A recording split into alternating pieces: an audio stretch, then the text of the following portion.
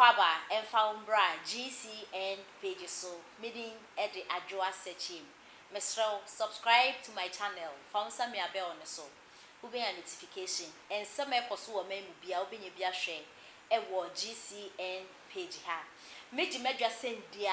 na wa unim se and some a trebu on my ganemu and ye day a bro titru pa a politics. Na and then so ye de yamia se social media ba enti no bia to me chere na dwen. Mr. Jaw comments comment section nemu. Sisi Ghana phone penifo no omoto esija so de den kra because social media be into bia fa camera otu me chere na dwen.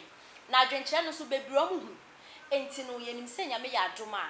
kakra sa o my Ghana ebe sesa o my Ghana ebe fa ne ntoma pa efra se ne ebe ya timamifo no ye ni suade hu a ye pese Ghana phone penifo no eye maye no omo nso betumi aye ede amaye na ende there's this lady or Twitter and a watch show bibi ede ato ne Twitter page na ne sema okay na de say se Ghana fo bebre na esusu se eye his excellency Nana Akuffo Addo ne government no amembu no ohun so Ghana fo bebre complain say second term ye de Nana do ehun so kra bibia aye basa na se Ghana fo complain dia omampeni dada his excellency John Dramani Mahama enso onye option enfema o man Ghana da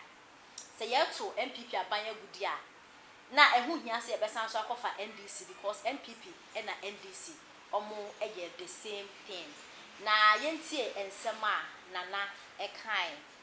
o chese Akuffo Addo and his administration have disappointed us, but it doesn't mean Mahama deserves to be president again. We and our church say let's pray someone better comes to lead this country because those two are frosters. In some way, and nana or what Twitter or their Twitter page. Na adofo se ne de be e ka no ye de yame asese social media ba yenim se kakran Ghana phone penifo omo ani bebe omo ho so na eniam omo ya enya Ghana for complain no nyame e ya adoma omo ebejai na adofo ye discussion emfa ensema nana e kan yi e ho fa wo comment to comment section ni mu ayeya bia eni de nana e ka se so mampeni his excellency we fail dia o mampeni dada John Dramani Mahama enye option no mene no eya adwen papa because the entire Ghana fu bebre complain say his excellency Nana Akuffo Addo na ban no we fail eye dum so a ekoso ewo embre kakre e na fe so galamse hu sem a abeye dedra ewo manmu a yensu sem esei ebe kakra kra o my Ghana yakopɔ ama yen bibia ne ye bekra ensu efio my foforo so aba o manmu dia na eyade e yawe ho sem ye papa Ghana fu bebre omo enso egugem chese odwe ho a ntumi entiase na de ntia o mampeni dada his excellency John Dramani Mahama so enye option ne say yen na yenim from 2012 to 2016 yenim dum so a ekoso ewo manmu o man Ghana ye yetimi se dum so estatia o man no ebeye useless automatically no Ghana man no beye useless se dum so estati eyimiti a yen hwe ne this side o man ye yetimi youth ni enya adwumenye obi ekra masters ekra degree we wie school nya adwumenye inipa ne se da beyond na se obepesika kakra ebie saloon oyoba obepesika kakra ebie barbering shop obi ebie coastal chese light de eye ndwuma bebre wo manmu na ye na youth ni nya adwumenye na obi awie school na otifie na ose mebie barbering shop saloon na obekwa adwuma na wadum light ni ho oti ho saa na wa so ya kofie eyade ya werho sem ye papa chese ya kan Ghana phone penifo na bi omu nyim yawa ye fema ye de ka light eye bibia nti se mudum light na o man Ghana automatically no na be useless o de Ghana ye hwe because if there's no light and then you betimi aye wo manmu inti se light edum bade a enya sem keto akwa na be hwe from 2012 to 2016 dum so ye kom wo manmu enkrofo e wi enkrofo e mo hwe mo adwuma anything na Ghana for de ejaw na reho eto aba e de eti omampani dada John Dramani Mahama because dum so na na ekoso no o complain ya omampani dada John Dramani Mahama obetu fu sisi a obeka chika ache obetu chika wankasa wo munyo ense bebre no mo kan na NDC fo no mo sorry a na ye infrastructures no ye de ye den wo sisi schools interchanges no e den na ye fine ebi mu nya ho fa so de but wo sisi dan esisi schools hospitals na market a eyede but enfa so be bro mind bebre te say ye benya light e wo mind mu ti light ya de a ehu hia papa eye omampani dada wentimi enkrema ehu ya wonti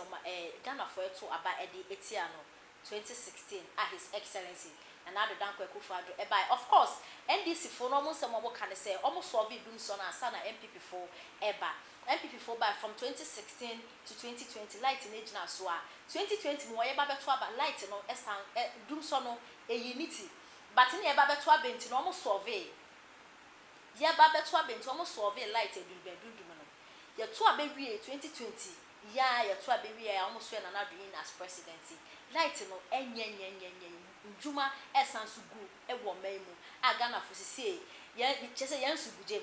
eye ya papa se kamia kwa se NPC for dada ye NPP mfo so dada ye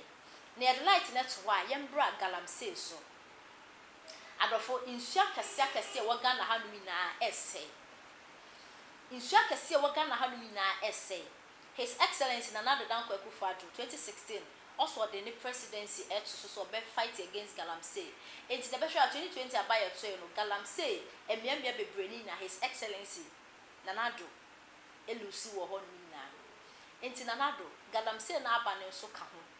ena ama na Ghana for chese wo membu no sisi second term ne hu so ena light edundadu no so ye hu so nana light ni ntin ye to aba 2016 e de eti omampani dada his excellency John Dramani Mahama enti no samo so mo aba na mo fi se Ghana MPP for Ghana for ye ho dadwen da mo so ti se de bia mo claim mo radio stations TV stations e kokase mo mana dum so oba na embese nduma embeku nipa na ade na en nana ye sre mo solve light no is light ni issue no mo solve an entertainment me ya because mo timi kan je yen say your fault enya fault na e fault fault na ye nri omo ye problem na nri no nri so omo ye adwuma na enti so omo dum light and nri dia it means enya fault enti nana omaye ye timi youth ni nya adwuma ye ni abre light na wo ho no ma ye be fancy ye de so ye ho kakra enti if anything na talk ra na nana ye sremo ya kwan from Kumasi to Accra na sa major roads no munya no double roads na accident ni reduce and offense light mo face can shape these two things ene hia Ghana na yesremo mo face can light na light ni gina because light ni gina unemployment no adina government na adwuma ni ha o man ni ebenye bia enti no individuals no mo aka say create o mo adwuma no o benye bi ensa komo an say light ni timi gina so a enti na we de yesremo ni die mo man light no engina so e ma o man Ghana yesremo mo man light ni engina so e ma o man Ghana na cheze enyame nkoye ewo omaimu enti no say Ghana for a complain say his excellency na mambu ne membu ni si nkoye ohu so yeti ase pa because nya MPP nko a NDC for bad obeya na MPP for bad obeya na enti no ntimi nkan chance na ado na membu nya omampani dada John Dramani Mahama embra omampani dada so nya option because na omampani dada obeya president da eniama yehu na ado na membu mu the same thing ene yehu omampani dada John Dramani Mahama na membu so enti no se na eka say his excellency Nana Akuffo Addo Ghana for bebre complain say na membu no sisi ohu so second term dey nkoye kura dia yeti ase but omampani dada John Dramani Mahama so enye option da enfe mo man Ghana yet omampani dada enye option NDC party na nkasa enye option omo fi abem say 8 years ni from 2012 to 2020 and ye 2024 omo ho are enti Ghana de yetene Ghana fon so yenso ye ka ho na politicians yensa say MPP for omo ho afon yen enti ye be sack omo na de NDC for aba omo so be pom sika gom botom no omo so akọ next 8 years na MPP for aba enti o man de yete ho ane there's not a betimi aye but the yesterday penfo ni say light no mo man engineer so na no ene yetumi e de atwitwa ye ho na yensa so ekoya no enti say his excellency Nana Akuffo Addo enye option a omampani dada John Dramani Mahama so yete ha yeka so no so enye option NPP enye option NDC so enye option because our two parties no mo abewu o man Ghana da ye nimidi omo ye de Ghana tia nete ja comment e wo comment section mo address section me and am dey jumedi we every we can to destroy. As long as it's not coming from our camp, we will not agree. Those who were smart enough, they left. Mumbisa Moho say, where is Kwame Ahoy? Where's Atu Ahoy? Those people that the NDC for Nankasano, the real main NDC for no, Omo He. Where are they? Why are they not on this journey with you guys? I don't know na tiada.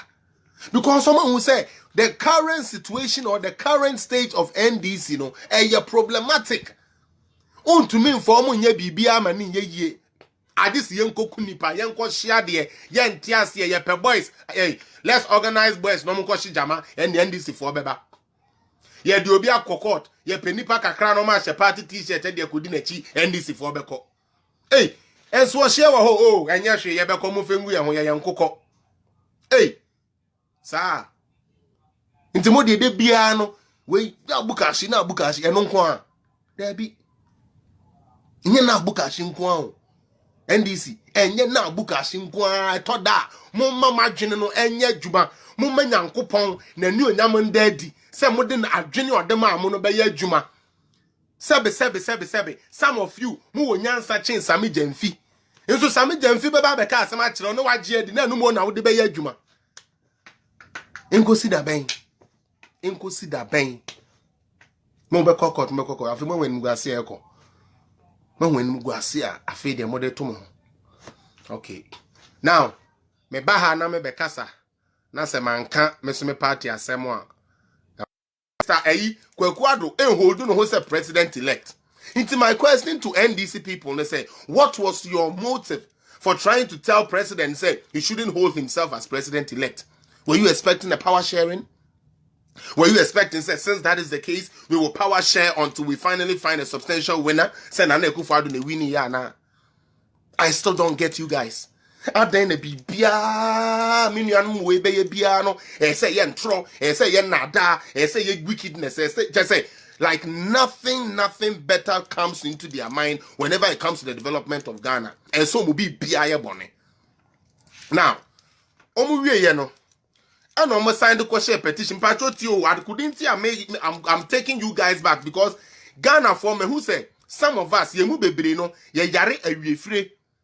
idea where ye ho asetena pa no ema ye free ade ntem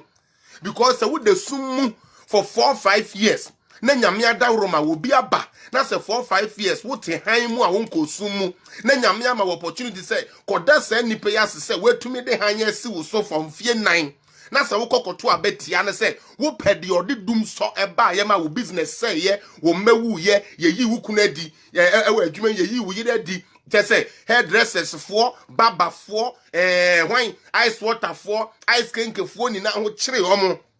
And these are all people that are in